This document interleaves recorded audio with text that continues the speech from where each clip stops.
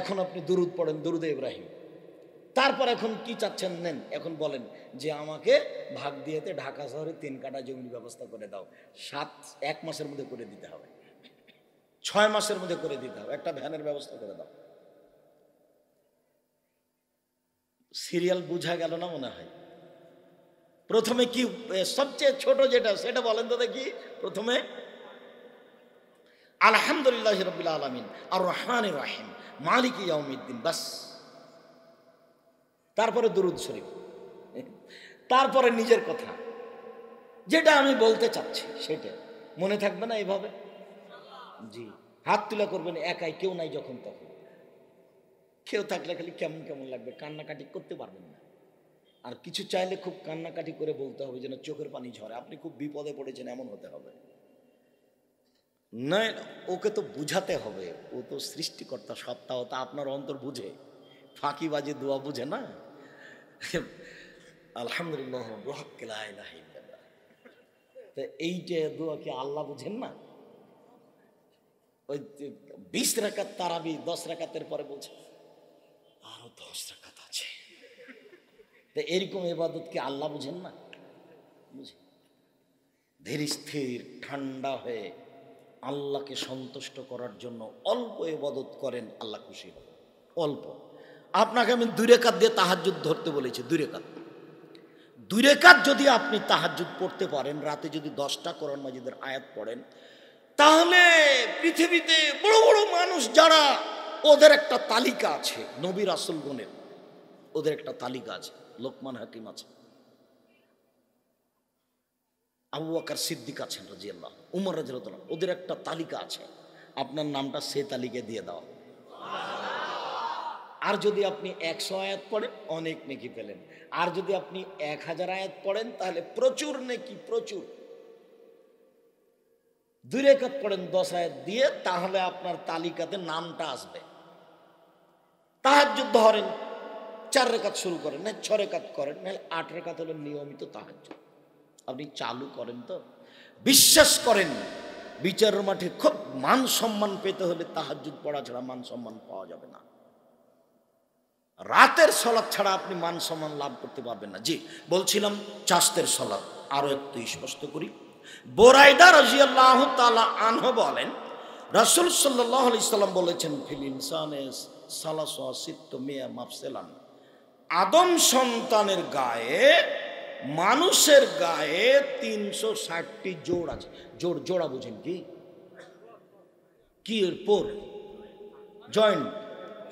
Joint আছে। আদম সন্তানের গায়ে কতটি জয়েন্ট আছে? 360টি। এই কথা মুহাম্মদ সাল্লাল্লাহু আলাইহি ওয়াসাল্লাম বলেন। এরপরে তিনি বলছেন, আলাইহি আইয়াতাসাদ্দাকা মিন কুল্লি মাফসালিন সাদাকা, প্রত্যেক মানুষের জন্য জরুরি, প্রত্যেক জয়েন্টের বিনিময়ে ও দান করবে, জরুরি তার জন্য। এইটুকু বলতেই সাহাবীগণ বলছেন, মাইতুকিয়া নবী আল্লাহ, কে পারবে এটা? মানুষ কি আর সব জয়েন্টের বিনিময়ে দান করতে পারে?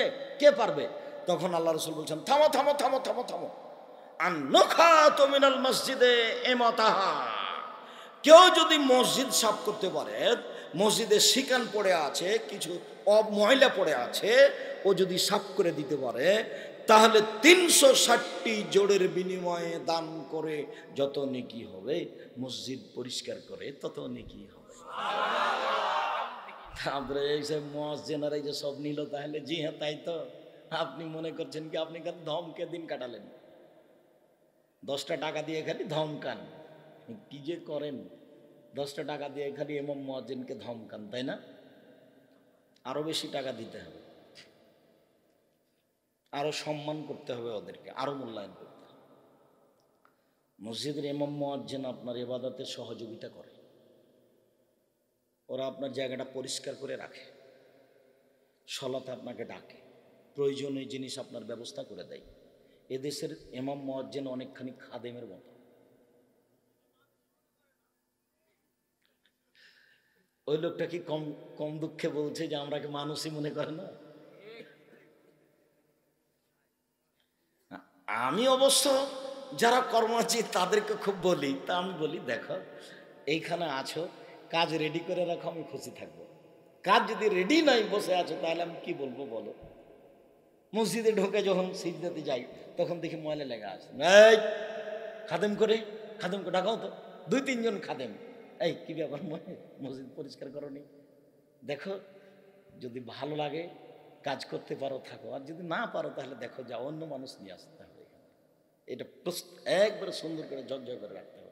তো বলছেন যে খালি পরিষ্কার করলে ছেলেরা ময়লা করে দেয়। আরে আল্লাহ সালাম, ওরা ময়লা করার জন্য আর তুমি পরিষ্কারের জন্য? ছেলে আছে তাই তো ময়লা করছে। ছেলেরা তো মসজিদে আছে, 2-1টা ছেলে, 2000 ছেলে প্রায়। নুরানি বিভাগই আছে প্রায় 450-500। ওই একবার ঢুকলে ময়লা কাদা কত কি করেছে তার কোনো ঠিক নাই। আর ছোট তো বলতে বলতে যা বলেছেন একটু পরে সেটাই করছে, যেটা নিষেধ করেছেন একটু পরে সেটাই করছে। তো সম্মানিত দিনী ভাই বোন, এইবার সাহাবীগণ বলছেন যে যদি এটা না পারে তাহলে, তখন আল্লাহ রাসূল বলছেন ইমাতাতুল আজা আনিত তারিক, রাস্তা থেকে কষ্টদায়ক জিনিস সরিয়ে দিতে পারলে ও এতগুলি জোড়ের বিনিময়ে দান করলে যত নেকি হবে, রাস্তা থেকে কষ্টদায়ক জিনিস সরিয়ে দিলে তত নেকি হবে। চিরদিনের জন্য হরতাল হারাম, মনে রাখবেন, চিরদিনের জন্য হরতাল হারাম। কোন মানুষকে হিসাব করে রাস্তা বন্ধ করা যাবে না। উমর রাদিয়াল্লাহু তাআলা যদি আসেন আপনাদের এলাকায়, কথার কথা, তো আপনি রাস্তা বন্ধ করতে পাবেন না। রাস্তার সাথে কোনো আপোষ নেই। যেখানে রাস্তা নিয়ে গন্ডগোল হবে সেটা ভেঙে ডবল করতে হবে, বাড়ির সামনে পড়লে ভেঙে দিতে হবে।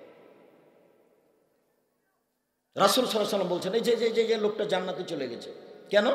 রাস্তা একটা কষ্টদায়ক জিনিস পড়েছিল, গাছ পড়েছিল, কেটে সরিয়ে দিয়েছে। এই জন্য আপনার বাড়ির সামনে একটা কুকুর মরে পড়ে আছে, ওটা আপনি সরাবেন না চেয়ারম্যান সরাবে? আমি সরাবো। আপনি সরাবেন। দেরি করছেন কেন? আপনি সরাবেন। বলতে দেরি করছেন কেন? ও চেয়ারম্যান সরাই সেই জন্য দেরি করছেন, আপনি সরাবেন। আপনার বাড়ির সামনে একটা গর্ত হয়ে গেছে, ছোটখাটো কয়েকখান 10-15-20 খান ইট ওখানে ভেঙে দিলে ওই জায়গাটা কি হয়ে যাবে? অল্প সময়ের জন্য ঠিক হয়ে যাবে। না, আপনি করে দিন, এটা বিনিময় জান্নাত। হাদিস বুখারী মুসলিম। আমি বলিনি এসব কথা, এসব কথা মুহাম্মদ সাল্লাল্লাহু আলাইহি ওয়াসাল্লাম বলেছেন। আমি আরবি কথা আপনাকে অনুবাদ করে শোনাচ্ছি। এবার চলেন শেষে চলে এসেছি এ অংশে। রাসূল সাল্লাল্লাহু আলাইহি ওয়াসাল্লাম বলছেন চাস্তের 2 রাকাত সালাত আদায় করলে এত কিছু করে যত নেকি হবে, চাস্তের 2 রাকাত সালাত আদায় করলে তত নেকি হবে। 8 রাকাত চাস্তের সালাত আদায় করা যায়, নেকি কি হবে তা রাসূল সাল্লাল্লাহু আলাইহি ওয়াসাল্লাম বলেননি। 4 রাকাত সালাত আদায় করা যায়, নেকি কি হবে তা রাসূল সাল্লাল্লাহু আলাইহি ওয়াসাল্লাম বলেননি। 2 রাকাত সালাত আদায় করলে চাস্তের এত এত নেকি হয়, এই কথা মুহাম্মদ সাল্লাল্লাহু আলাইহি সাল্লাম বলেন। মনে থাকবে না মনে হয়? চাস্তের সালাত কখন? 7:30, 8টা, 8:30, 9টা? না না না, 9টার পরে তো অনেক দেরি হয়ে গেল। জি 7:30, 8টা, 8:30 এরকম সময় চাস্তের সালাত। আর যেটা একটু আগে বললাম ওটা কখন? ওটা ইশরাকের সালাত, একবার সূর্য ওঠার সাথে সাথে। এখন চলেন সাল্লাতুল আওয়াবিন। যায়েদ ইবনে আরকাম রাদিয়াল্লাহু তাআলা আনহু বলেন যে আমি কতগুলি লোককে দেখলাম সালাত আদায় করছে, সালাতুজ জোহা, চাস্তের সালাত। আমি তখন বললাম যে as-salatu afzal মিন গায়রি হাযিহি সা, সালাত উত্তম হবে এর চেয়ে অন্য টাইমে পড়লে। এরা চাস্তের সালাত আদায় করছে, এর চেয়ে অন্য টাইমে একটা সালাত আছে, সেইটা যদি পড়ে তাহলে বেশি নেকি হবে। সুম্মা কালা, তারপর বললেন রাসূল সাল্লাল্লাহু আলাইহি সাল্লাম বলেছেন সালাতুল আওয়াবিন হিনা তারমিজুল ফিসাল, সালাতুল আওয়াবিন পড়তে হয় যখন ঘোড়ার বাচ্চা বালুর উপরে দাঁড়িয়ে থাকতে পারে না, রোদ্রে বালু গরম হয়ে গেছে, এমন গরম হয়েছে যে ঘোড়ার বাচ্চা ছুটাছুটি করে, এক জায়গাতে দাঁড়িয়ে থাকতে পারে না। বলেন তো দেখি কয়টা হতে পারে? 11:30, 11টা এরকম সময় যখন বালু গরম হয়ে গেছে, এটা সালাতুল আওয়াবিন।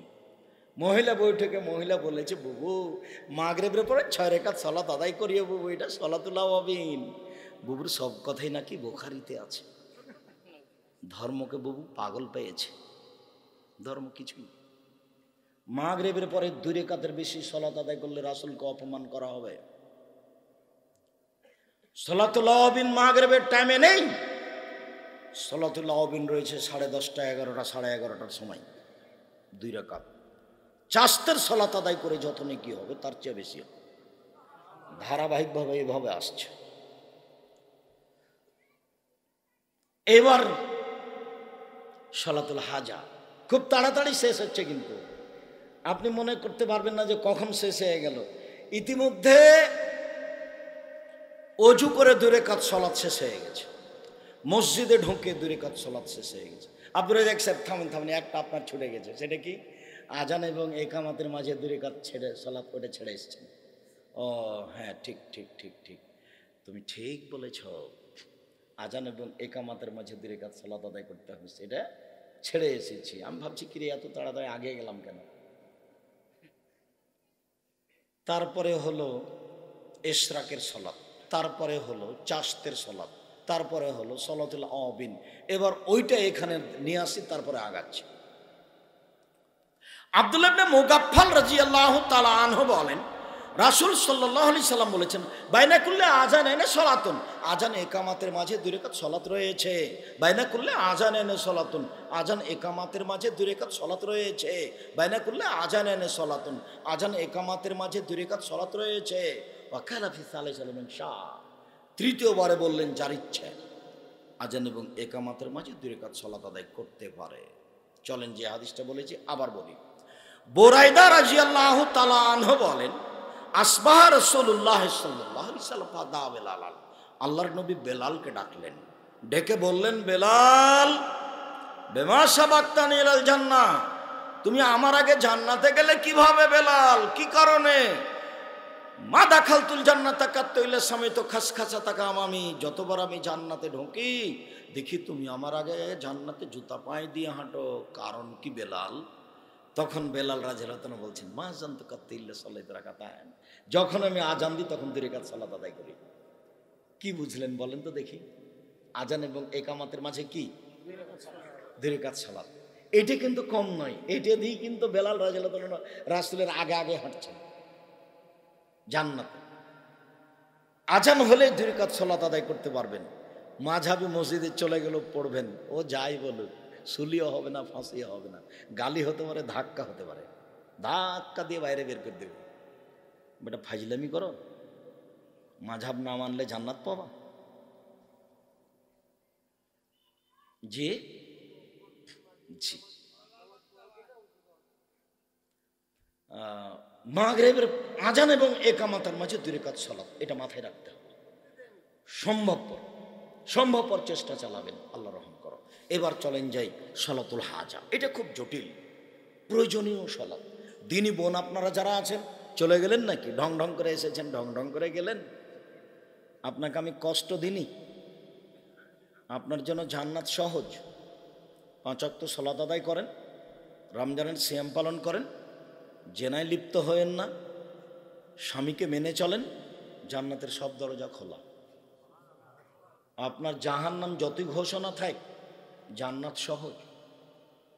আপনি একটু ধৈর্য ধারণ করেন, এসব ইবাদতে আপনি অংশগ্রহণ করেন, অত চিন্তার কি আছে? আল্লাহ নবী বলেছেন, কেউ যদি অজু করার পরে বলে আশহাদু আল্লা ইলাহা ইল্লাল্লাহু ওয়াহদাহু লা শারীকা লাহু ওয়া আশহাদু আন্না মুহাম্মাদান আবদুহু রাসূলুহু, তাহলে জান্নাতের সব দরজা খোলা। এটা তো আমিও পারি, আপনিও পারেন। আপনি চিন্তা করছেন কেন? আপনাকে আমি যতই কষ্ট দিই, আপনাকে আমি খাদিজার মতো মনে করি। আপনি আমার কথার কষ্টে আপনি মন খারাপ করিয়েন না, আপনাকে আমি খাদিজার মতো মনে করি। খাদিজা রাদিয়াল্লাহু তাআলা আনহাকে 1 মিনিট দেখবেন, যেই প্রয়োজনীয় সালাতুল হাজাতে আপনার কথা আছে, এই জন্য আপনাকে আমি আগেই প্রস্তুত করে নিচ্ছি। সালাতুল হাজা প্রয়োজনীয় সালাতে আপনার কথা আছে, এই জন্য আপনাকে আমি আগেই প্রস্তুত করে নিচ্ছি। আপনি এক খেয়ালে হন, কথা বলবেন না। এই মেয়ে, কথা বলছো কেন? কতবার বলি তোমার, এই মেয়ে, এই কথা বলছো কেন? চুপ থাকো, কার সাথে কথা বলছো? তোমার মোবাইলে যেন আর কোনোদিন কোনো পুরুষ মানুষের নাম্বার না থাকে, আজকে একবারে চিরদিনের জন্য মুছে দাও। তোমার মোবাইলে যেন কোনোদিন আর ল্যাংটা মেয়ে না নাচে। এই ছেলে তোমাকে বলছি, মোবাইলের অপর নাম জেনা, মোবাইলের অপর নাম জাদু। তোমার হাতে বড় মোবাইল আছে, রাসূল সাল্লাল্লাহু আলাইহি ওয়াসাল্লাম বলছেন আইনানে জেনা হুমান নাজর, দুই চোখের জেনা হচ্ছে চোখ দিয়ে দেখা, আর লোজনানে জেনা হল ইস্তেমাও, দুই কানের জেনা হচ্ছে কান দিয়ে শোনা, ওয়ালিয়াদ জেনা হাল বাদশ, হাতের জেনা হচ্ছে হা দিয়ে ধরা, আর রিজল জেনা হাল মশি, পায়ের জেনা হচ্ছে পা দিয়ে হাঁটা, জেনাল লেসানে নতক, জিহ্বার জেনা হচ্ছে কথা বলা, জেনাল কালবে তাতামান্না তাস্তাহি, অন্তরের জেনা হচ্ছে পরিকল্পনা করা।